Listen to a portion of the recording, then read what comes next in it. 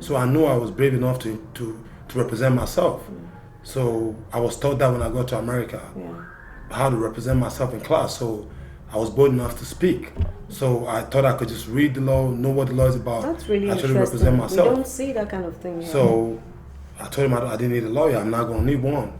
Whatever y'all want to know, just let me know. I will. So when they interrogated me and asked me about the situation, I said there was no situation.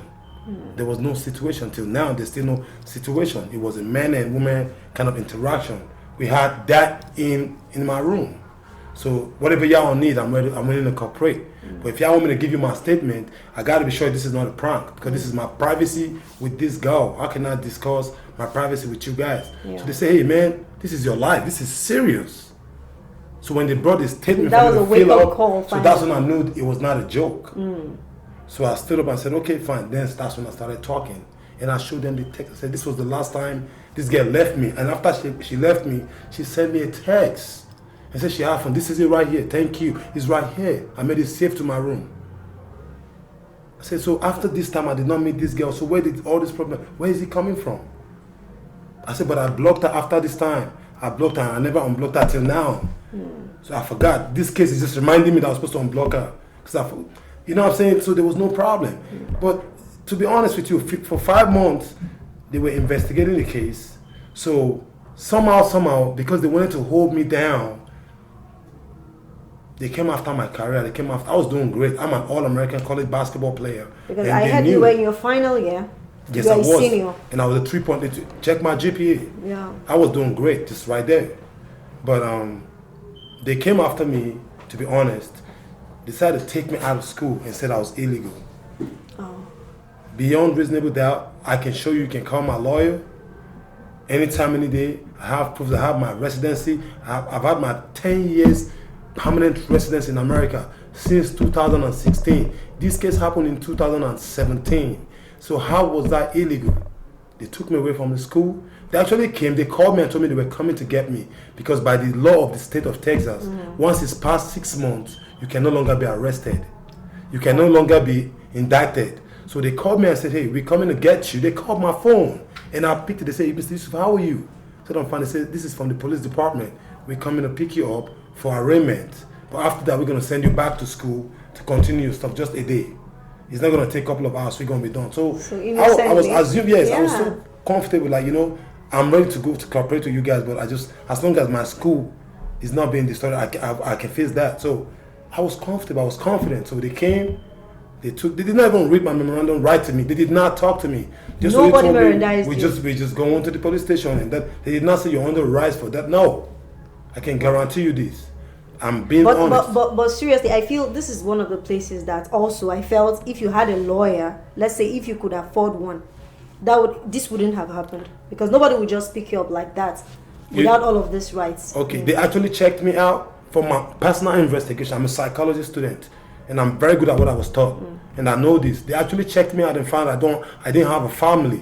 I didn't have any support system before they came to get me, because when they got me, they started asking me about how did you get married, how did you do this, how did you get your papers and all that, and how did you get your work permit. They were so after me, not even about the case, from the police department. So I was laughing. I'm that kind of guy that don't take things seriously until it's serious.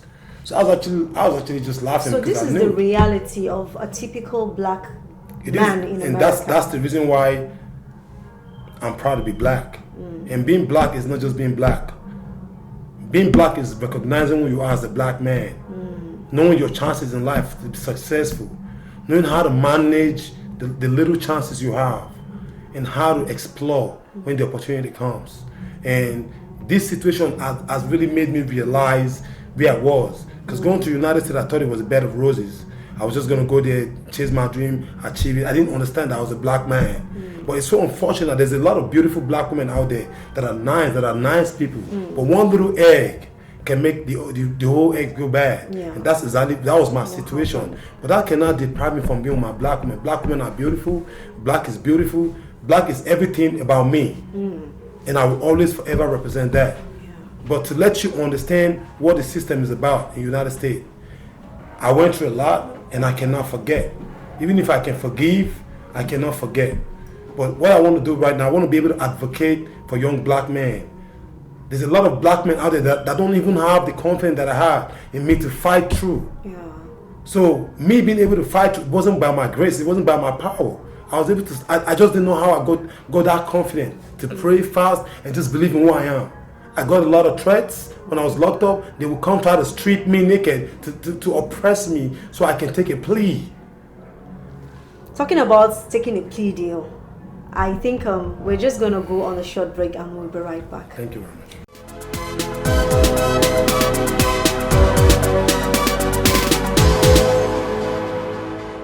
Okay, still on Right On with Joyce, and I'm here with Yusuf Yakubu, a pro basketball player in Houston, Texas, and we have been talking about, his ordeal in the United States when someone accused him of sexually assaulting her. So we were talking about taking a plea deal.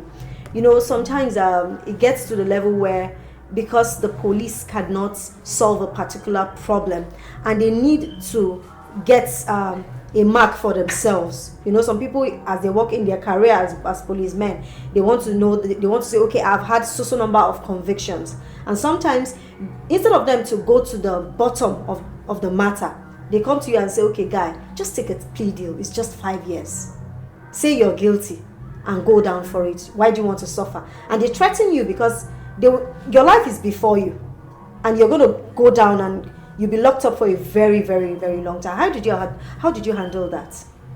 I mean, it started with my mental toughness of who I am, knowing the fact that I'm black and I know who I am from the day I was born, from the day I was raised. I was raised in an environment where you just learn to love, even with the hardship, learn to survive, fight through.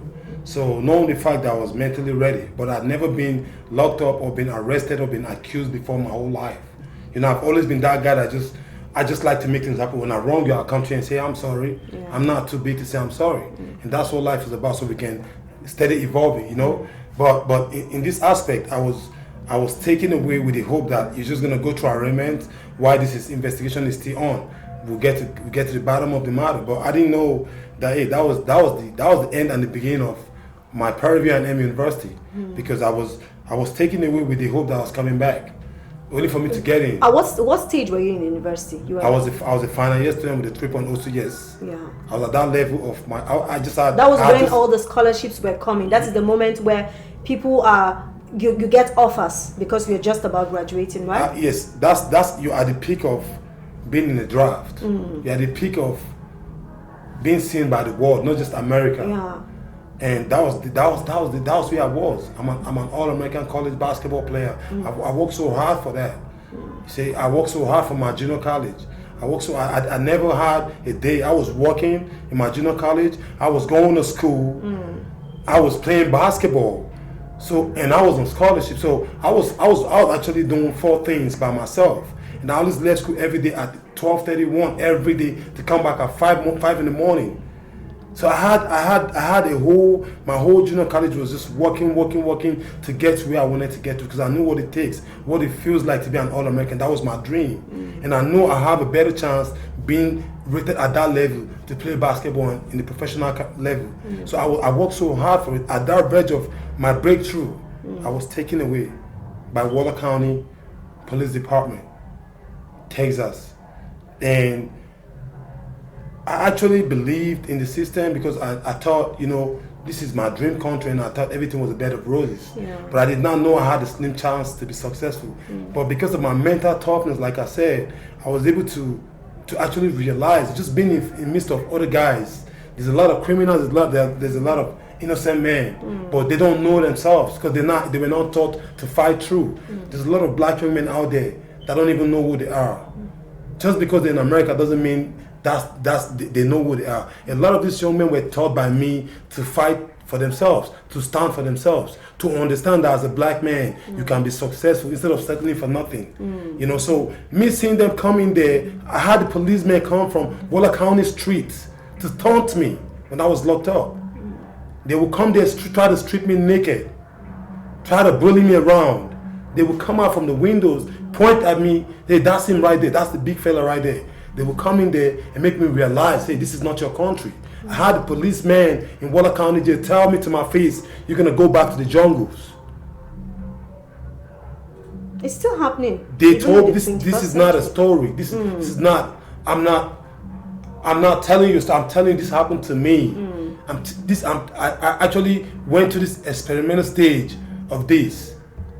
See what I'm saying? So I'm really telling you that there's hate out there. But There is. it's not every white man you see out there that practice hate.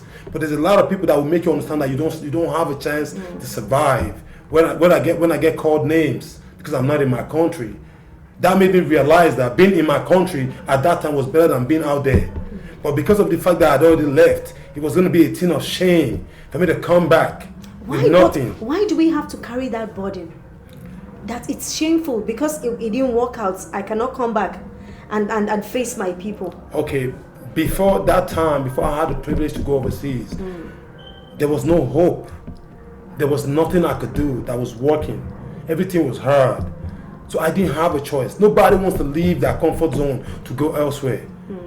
But just because of the situation, the economy stage, what we practice, it gives you another side of you saying, if I go over there, I'm going to make it when I go over there. So when they see you come out there, some of these men out there just think you out there to take the privilege they have. You're coming there because you have a foreign foresight. You're out there to pick. But don't know that they're your brothers. I'm coming with a good state of mind to help a lot of people to do what I can do. Me coming back to Nigeria was not a problem for me. But coming back to my widow mom was a problem. How was I going to help her? Unless so I could help her. Coming back to the children, the little kids that were looking up to me, the unborn children that I had dreams for, so they can do better than myself, was what, those were my drives. Those were things that wouldn't let me give up. You alive. So those things kept me alive, and I kept on crying. You're not just taking food from my mouth, but you're taking food from a lot of people's mouth. Because I know I have dreams. I've been working so hard so I can help these people. So going to America is not just going there. You gotta be mentally ready. It's more on the physical side. You gotta be spiritually ready. You gotta be mentally ready, and you gotta be academically sound. So if this don't work out fine, if basketball don't work out fine, you can run, you can fall back to academic status. And that's what helped me, because when everybody looked at my status, looked at the life I've lived for years, and looked at what I was accused of, it wouldn't match. It didn't correlate. So for me, I will tell you right now is, this is the reason why I'm coming back to give back. I'm not gonna kill those dreams. I'm curious about how you were able to stand in court and actually represent yourself, because I watch a lot of crime television, and a lot of things it baffles me. I've seen quite a number of persons that were able to actually say, okay, I'm going to represent myself in court. But a lot of people don't know that they have the right to actually do that. If you are left in between the Red Sea and hell, you're just in the middle. You have to take a decision.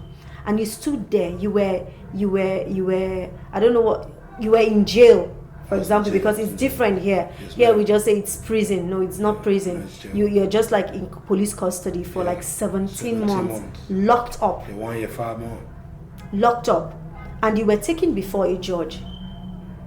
How did you get your freedom? Yeah, I'll say my freedom was just by the grace of God at first, because everything you do in life, you have to acknowledge the fact that there's God. Everybody has their beliefs. Or in my belief, I believe there's God. And when you have faith, it got to a level where I knew all I had was God. My mom wasn't there for me. I couldn't tell my mom for 17 months.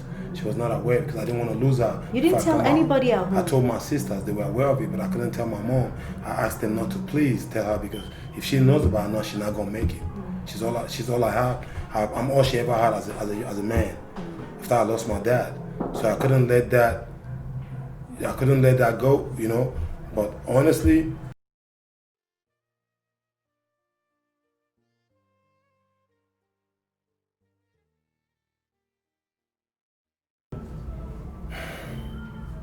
so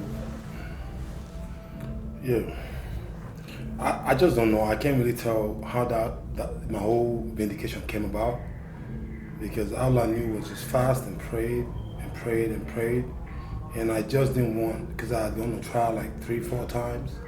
They would reset my trial. I go to trial to be reset and all that, but so then the plea bargain came for me to take a plea, and told me, hey, you've been here for 17 months, and just take a plea. and when we're just gonna release you after the 17 months so you can go home. And that's why I said, no, why would I take a plea when I did not commit an offense? I want to go to trial. Even though I don't have anybody that got my back, because I know I have a God, and I know I did not commit an offense. Somehow, something is going to happen. So, can you set my trial? I'm tired of being here. I'm not going to give up. You know that. So please, let's fight through. Get me the medical status, get medical reports and everything. All I wanted was for the world to see me. That was really brave. I don't know if I can do that or anybody, because if you go, because of the fact that you didn't even have a lawyer, if you take a plea, okay, you didn't take a plea bargain and you say, okay, let's go to trial. I've seen people go to trial and they lost woefully, even though they were innocent, because it means that taking a plea bargain means that I did it. Is that what it means? You accept that you did it. And if you do that, it means that your name will be registered as a sex offender.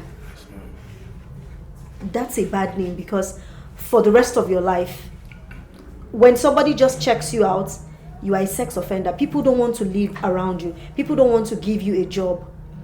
And taking a plea bargain, not taking a plea bargain also means that you can go to court, and if you don't know how to speak for yourself properly, you can still be incarcerated.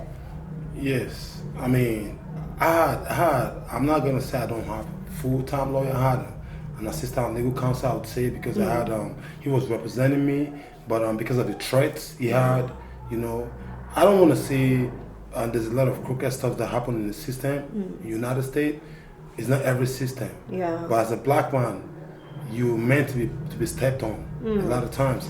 I had an attorney representing me. He's a Nigerian. It was the only one Nigerian that came in my rescue. I didn't even know him from nowhere. In person of attorney Amen Obas from Edo State. God bless his heart. He came out from nowhere and heard my story and was concerned about it. Stood up and fought through for me. But with after threats and all that, and he was made to understand that you're not from here. You're a black man. As a black lawyer, you don't have a chance to fight through. So we're gonna advise you to let it go. But when he walked to me and I told him who I was, and I think he saw something in me, and he kept on fighting for me. I was asked to fire him a lot of times, to fire him, and fire the only person that was standing for you. To fire him and that. But I said, I did not invite this man. I'm not paying him. This is crazy. He left an hour away to come represent me. So what's the point of why should you fire him? So why don't I just let him advise me on what to do? So with the guidance that I already have from the Criminal Penal Code and Texas Criminal Procedure book, I was able to have an idea of what law is about, because I didn't know. I'd never been in any trouble. So you had to actually get that, study it. I studied it. To know what your rights are. Yes. And what you stand to lose or gain. Yes, ma'am. Doing this yourself. Yes, ma'am. And I was able to go through all that, and he stood by me till the end, and he was told, he had to leave. He had to let it be, But he gave me reasons why, and I had to get. Then that's when I was given a chance to get a court appointed lawyer in person of Levan Richardson. I was scared at first, so when I think he kind of saw what's going on. He picked into it and said, let me represent this man to the end. So he came in and he came and kind of guided through and represented me, and the whole thing. And before I know it, facts started coming out.